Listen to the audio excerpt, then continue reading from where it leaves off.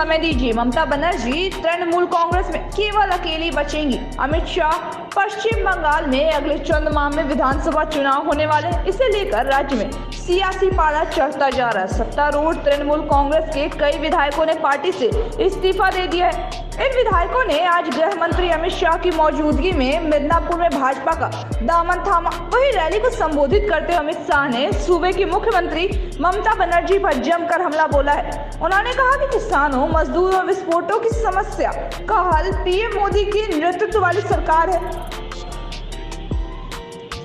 हम राज्य में 200 से ज्यादा सीटें जीतेंगे। अमित शाह पश्चिम बंगाल के 2 दिवसीय दौरे पर हैं। अमित शाह की मौजूदगी में शुभेंदु अधिकारी भाजपा में शामिल हो गए। बंगाल की जनता को आश्वस्त करने आया हूं कि आपने कांग्रेस को भी एक मौका दिया, कम्युनिस्टों को भी मौके बार बार दिए और 2 बार ममता दीदी को भी दिया। एक मौका मोदी जी के नेतृत्व में भारतीय जनता पार्टी को बना दीजिए, दे दीजिए। हम 5 साल में सोनार बांग्ला बनाने का आपको वादा करते हैं। हमारा लक्ष्य स्पष्ट है, बंगाल के अंदर विकास हो, देश की सीमाएं सुरक्षित हो, बंगाल के अंदर घुसपैठ रुके। तृणमूल कांग्रेस का एकमात्र लक्ष्य है, दीदी का एकमात्र लक्ष्य है कि अगली टर्म में भतीजे को मुख्यमंत्री बना देगा। अब बंगाल की जनता को तय करना है कि परिवारवाद चाहिए या विकासवाद चाहिए।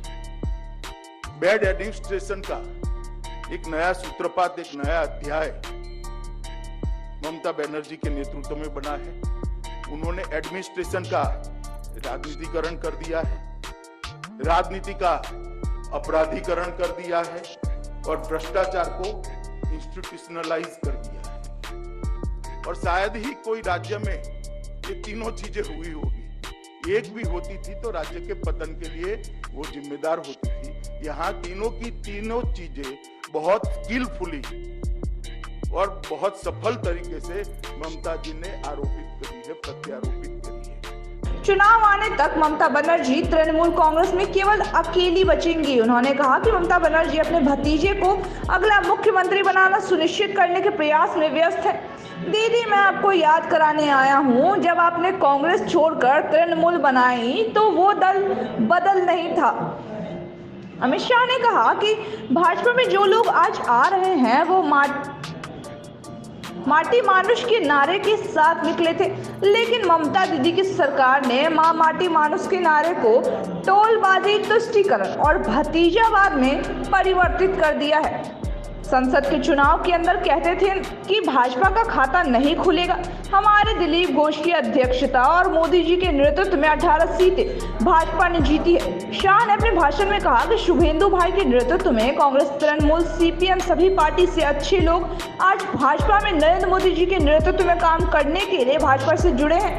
इसके अलावा तृणमूल कांग्रेस सांसद सुनील मंडल, ममता बनर्जी की पार्टी के 5 विधायकों सहित 9 वर्तमान विधायक अमित शाह की मौजूदगी में भाजपा में शामिल हुए हैं। कोलकाता पहुंचने के बाद उन्होंने ट्वीट किया कि मैं गुरुदेव टैगोर, ईश्वर चंद्र विद्यासागर और श्यामा प्रसाद मुखर्जी की इस पावन धरती को नमन करता हूं।